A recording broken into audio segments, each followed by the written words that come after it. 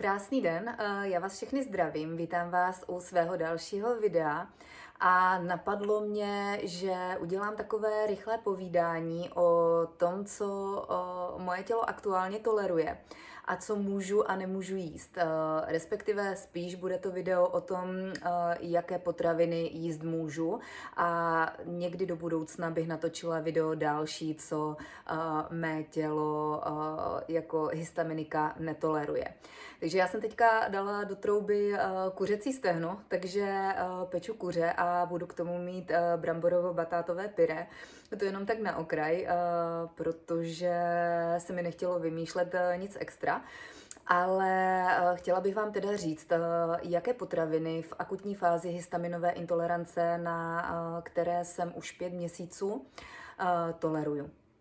Takže začala jsem mluvit o mase, a to o kuřecím, takže zmíním druhy masa. Z masa toleruju jakékoliv kuřecí, toleruju i vepřové maso, které je rychle připravené, toleruju krůtí a to je všechno. Já jsem teda chtěla zmínit, že ta rychlost v přípravě masa je velmi důležitá, protože čím déle se maso vaří, tím více histaminu se v tom mase uvolňuje. Proto je velmi důležité pro histaminiky zpracovat maso co nejrychleji. Jo, dávat si i pozor, jakým způsobem to maso rozmrazujete. Ideálně večer vytáhnout z mrazáku, dát ho do lednice a potom ráno nebo někdy dopoledne ho vytáhnout a připravit z něho jídlo, které chcete. Jo, takže to zpracování masa mě konkrétně vyhovuje, pokud je maximálně do hodiny a půl maximálně. Takže co se týká masa vše, a dál teda můžu jíst rýži, můžu jíst veškeré produkty z rýže, rýžové nudle, rýžový papír, rýžové chlebíčky, takové ty polystyrenové. Jo, takže tady tyhle produkty z rýže jsou pro mě naprosto bezpečné, mám je ráda, zvykla jsem si na ně, jsou jakoby super a doplňují můj jídelníček úplně perfektně. Tak dál teda, a to už je trošku zajímavější, protože tam ta pestrost opravdu není velká, je zelenina. Já v současnosti toleruju 5-6 druhů zeleniny, když do toho budu počítat teda i kurkumu. Já toleruju mrkev, toleruju batát, řepíkatý celer, bramboru, zázvor a kurkumu. Je důležité, aby tyhle ty potraviny, tyhle ty druhy zeleniny byly tepelně upravené, protože když jsem zkoušela třeba nastrouhat zázvor do mrkvové polévky, kterou jsem si připravila, tak pokud je ta polévka horká, v podstatě ještě vařící, a já tam nastrouhám zázvor, nic se nestane, ale jednou se mi to docela vymstilo, úplně jsem nestíhala a polévku jsem nechala ležet na plotně jen tak odstátou asi 20 minut a potom jsem tam ten zázvor nastrouhala a v ten moment samozřejmě mi to způsobilo obrovskou histaminovou reakci. Takže vše je tepelně upravené. Co se týká ovoce, tak netoleruju vůbec žádný druh zatím, ale samozřejmě tohleto není neměnný stav, je to začátek a tím, jak bude můj mikrobiom, vlastně moje střevo v lepším a lepším stavu, bude ta kondice úplně jiná, tak samozřejmě i to ovoce budu mít zpět zařazeno. Když jsem byla před 3 lety v histaminové bouři a poté samozřejmě svízelné cestě nastala 3letá remise úspěšná, tak jsem mohla jíst naprosto všecko. Jedla jsem veškeré druhy ovoce i zeleniny naprosto bezpečně, bez jakýchkoliv reakcí a cítila jsem se naprosto skvěle. Moje tělo to zvládalo úplně bezpečně. Takže zatím ovoce ne, ale věřím, že každým dnem jsem blíž zase k té rovnováze a ten stav bude za nějaký měsíc zase úplně jiný.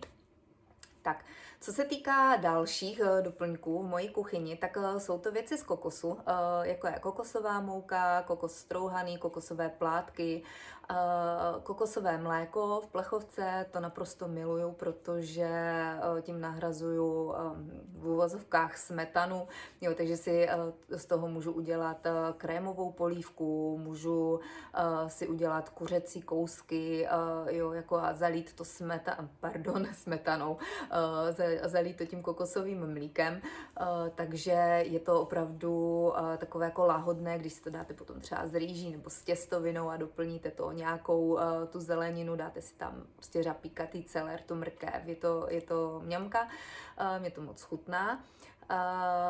Nějaké dochucovadla, tak to absolutně vůbec. V kuchyni já z koření můžu použít sůl, bobkový list, kmín, já hodně ráda používám drcený kmín, a potom z kořici, samozřejmě i ta kurkuma se prodává v sypké formě jako koření, takže i tu kurkumu.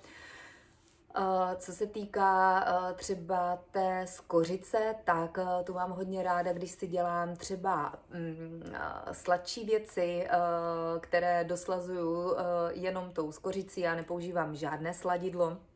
Skořice je fajn, vyhovuje mi, je protizánětlivá a sladká sama o sobě, takže já toleruju i věci z tapioky, tapiokový škrob, tapiokové perly.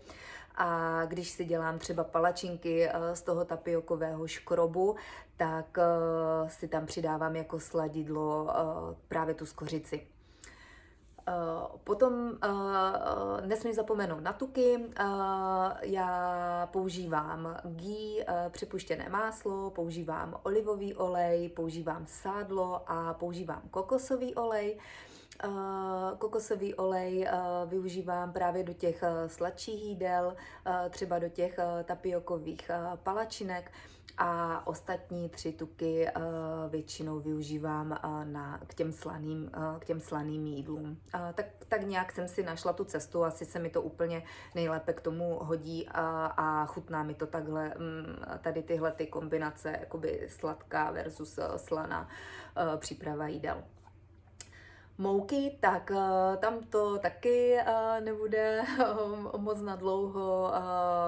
Řadí mezi mouky teda i ten tapiokový škrob, který už jsem říkala, patří mezi povolené mouky kokosová mouka a kasava. Kokosová mouka, dávejte pozor, jestli s ní teprve začínáte, tak ona docela umí drhnout v krku. Jo? Většinou je dobré ji zkombinovat, třeba právě s tím tapiokovým škrobem, anebo s nějakou jinou variantou mouky, kterou tolerujete, protože je taková suchá. Jo? Takže dávejte pozor, aby vás třeba, když budete něco připravovat, nesklamala potom ta finální chuť nebo textura daného pokrmu. A co se týká ještě toho kokosu, tak tam dávejte pozor, ten kokos sám o sobě obsahuje dost inulinu. To znamená, některé hodně citlivé lidi může nadýmat. Jo, opravdu může způsobovat křeče ve střevech. Je to takové jako neúplně příjemné. Já teď ten problém nemám, ale před právě těmi 3 lety jsem kokos dost řešila. Nemohla jsem používat ani žádné potravinové doplňky, kde byl ten inulin, vadilo mi to. Někdo s tím problém nemá, někdo ano, já to jenom říkám, abyste věděli, jak to může vypadat potom, když třeba sníte nějaké jakoby byť zdravé kuličky s kokosem, tak vám to může způsobit třeba křeče, tak abyste si dokázali spojit to, že není to třeba histaminová reakce, ale je to právě ten inulin, který reaguje v tom vašem těle, tak jak jsem teď říkala. No a zmínila jsem tuky, zmínila jsem mouky. Přemýšlím ještě třeba, co se týká pití, takže tam, abych nepila jenom vodu, nejlépe filtrovanou, tak si můžu dát alternativu kávy z čekankového kořene a nebo meduňkový čaj. Ten je úžasný, sklidňuje nervový systém, takže je to pro mě bezpečný nápoj, který mi neudělá žádnou reakci. Kdybych byla třeba někde v kavárně, v restauraci, tak úplně v pohodě si můžu dát i ten zázvorový čaj z čerstvého zázvoru, ničím nedoslazený, žádný med, žádný citron, opravdu jenom ten zázvor a člověk se cítí hned tak jakoby líp, že i v té kavárně si může něco dát spolu s ostatními.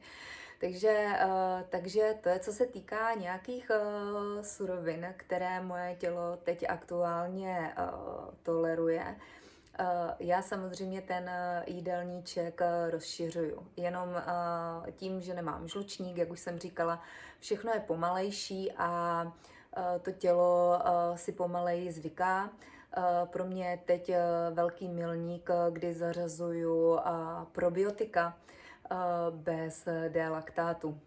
Probiotika, jak jistě víte, nebo možná i nevíte, histaminici málo kdy tolerují a je to opravdu náročný proces.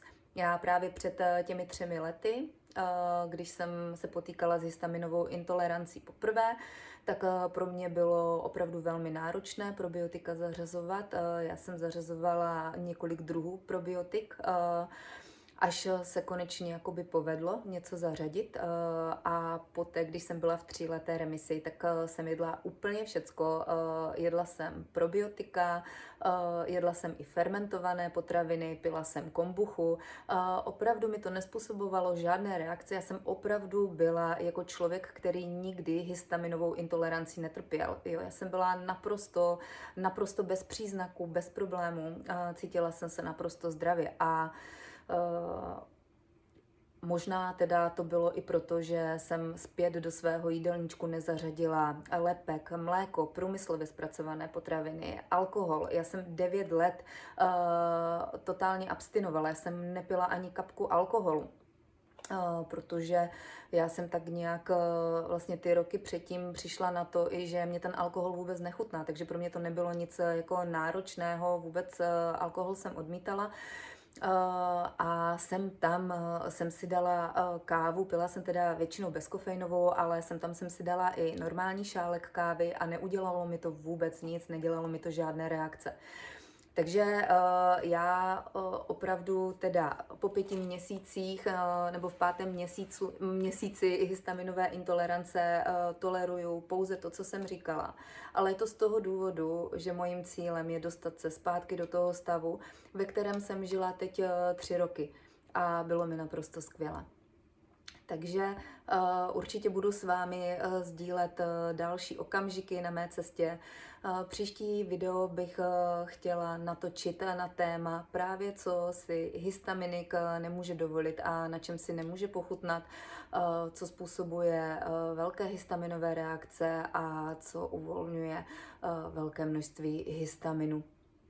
Takže pro dnešek asi všechno. Já vám moc děkuju a budu se s vámi těšit zase brzy. Nashledanou.